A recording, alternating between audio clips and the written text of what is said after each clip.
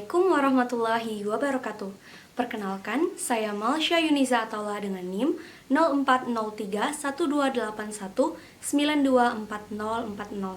Pada hari ini saya akan melakukan skill lab ilmu penyakit mulut dengan materi pemeriksaan oral cytological smear pada mukosa bukal. Alat dan bahan yang saya gunakan pada pemeriksaan kali ini, yang pertama adalah boneka dengan mulut terbuka. Lalu di sini terdapat dental standar, diantaranya ada sonde, pinset, kaca mulut, dan juga ada ekskavator.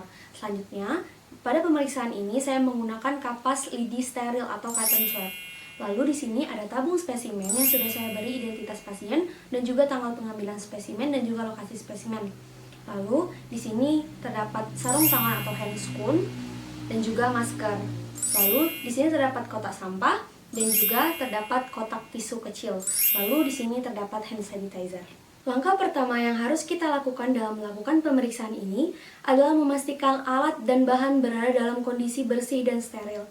Selanjutnya adalah pemeriksaan operator, di mana kita di sini harus berada dalam keadaan bersih dan steril pula, dan juga menggunakan alat pelindung diri atau APD. Sebelumnya, kita harus memastikan bahwa tangan kita berada dalam kondisi bersih, yaitu mencuci tangan kita dengan sabun dan juga air mengalir atau menggunakan hand sanitizer.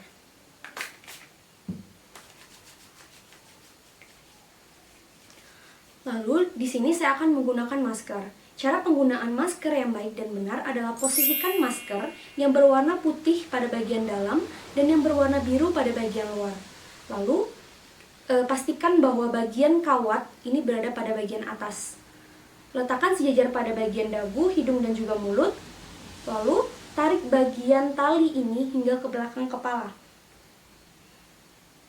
Pastikan masker menutup dagu, mulut, dan hidung, dan tidak ada celah di antaranya.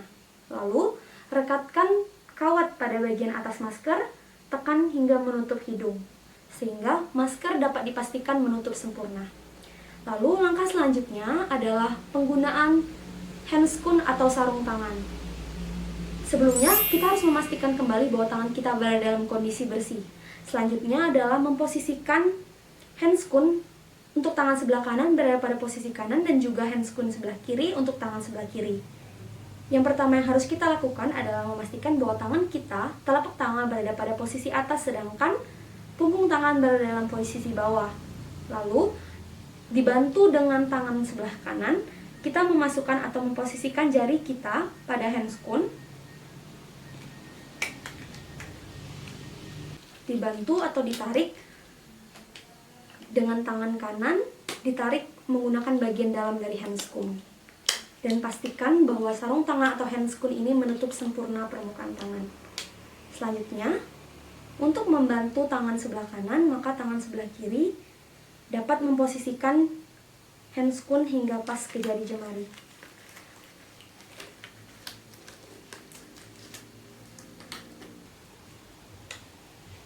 Lalu, handscoon ditarik hingga dipastikan dapat menutup sempurna kedua permukaan tangan kita.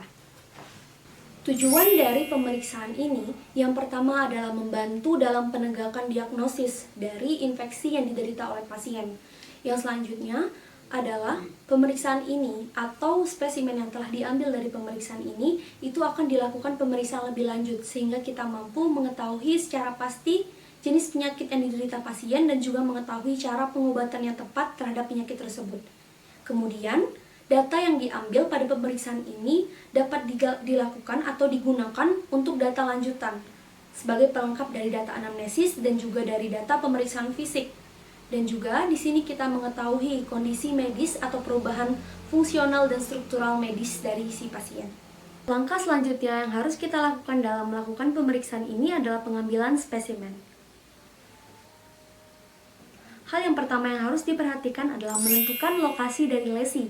Pada kasus ini, terdapat pada bagian mukosa bukal pasien. Selanjutnya, kita akan mengambil kapas lidi steril atau cotton swab.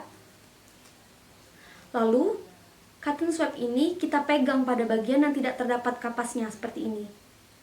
Kemudian, cotton swab steril ini akan kita usapkan pada bagian mukosa bukal si pasien.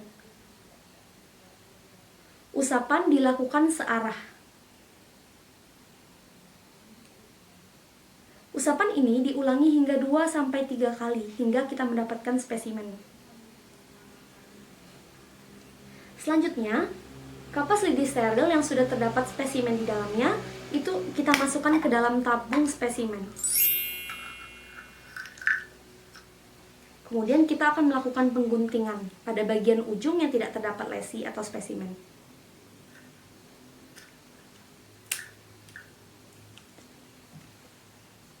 Selanjutnya, tabung ini akan kita tutup dengan rapat, lalu kita berikan keterangan yang berisi nama, yang berisi identitas pasien yaitu nama, jenis kelamin dan juga umur.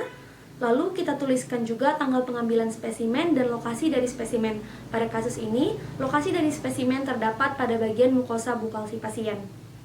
Lalu tabel ini akan kita kirimkan ke laboratorium mikrobiologi atau laboratorium patologi klinik untuk dilakukan pemeriksaan lebih lanjut.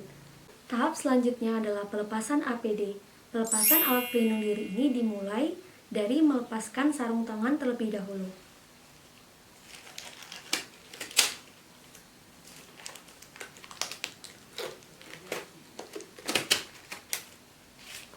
Selanjutnya, kita akan melepaskan masker.